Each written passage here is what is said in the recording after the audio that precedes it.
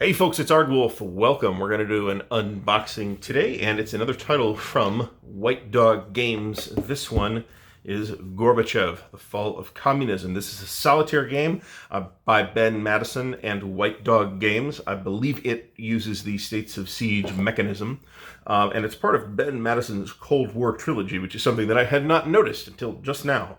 So I'll have to check out what the rest of those might be. It's a print-on-demand game, so it is in a 1-inch box with a sort of label-type cover on it that's done by Blue Panther. So let's open her up and see what we get. I don't know if we have...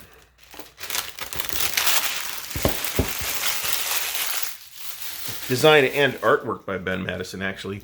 Development by Wes Ernie and Stefan Nellen. Okay, so let's see.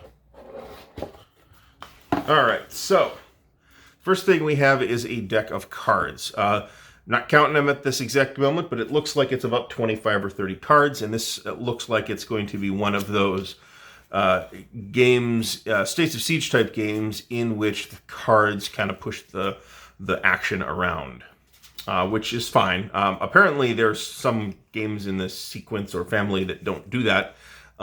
This does not appear to be one of those. Okay, so we have an events sheet. I'm going to find the rulebook first because I've had issues with Blue Panther's missing components, so let's make sure that we have everything that we need. We have a game map, we have a player aid card, an events sheet, 88 pieces, 27 event cards, that's about right on the number, rules booklet, and a 6-sided die.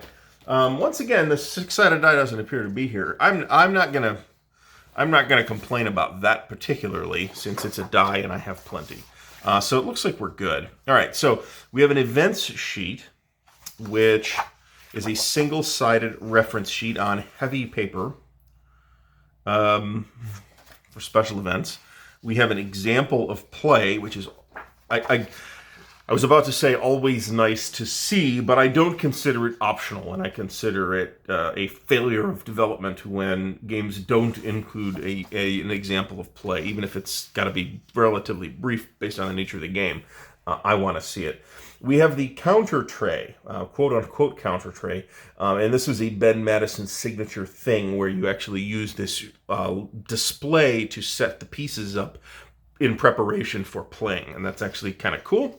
And then, of course, we have this rule book. Now, this is it includes a bunch of his family pictures from his trip to the Soviet Union. I believe Ben Madison got a degree in Soviet studies, which is something I can sympathize with.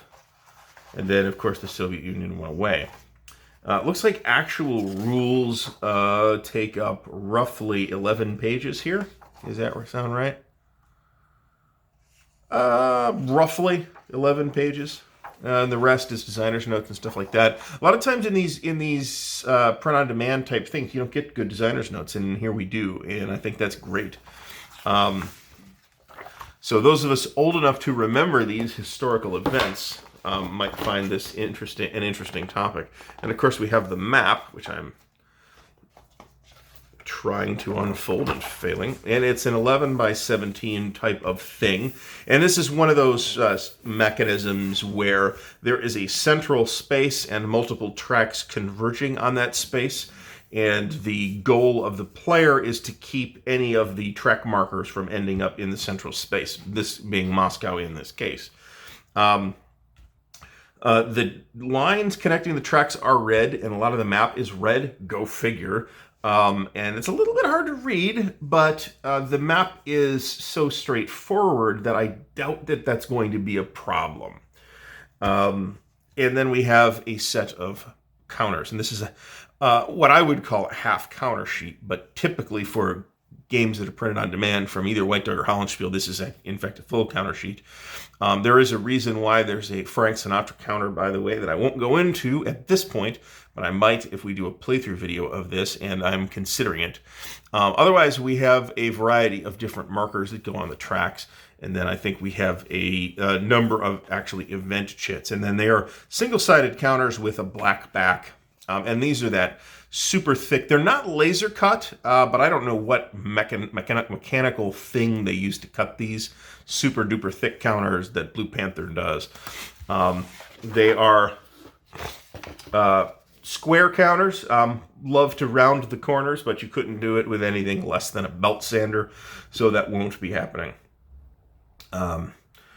So very interesting game on it. A very interesting topic that's, not something that is a traditional war game topic, but yet is very well suited to the States of Siege mechanism.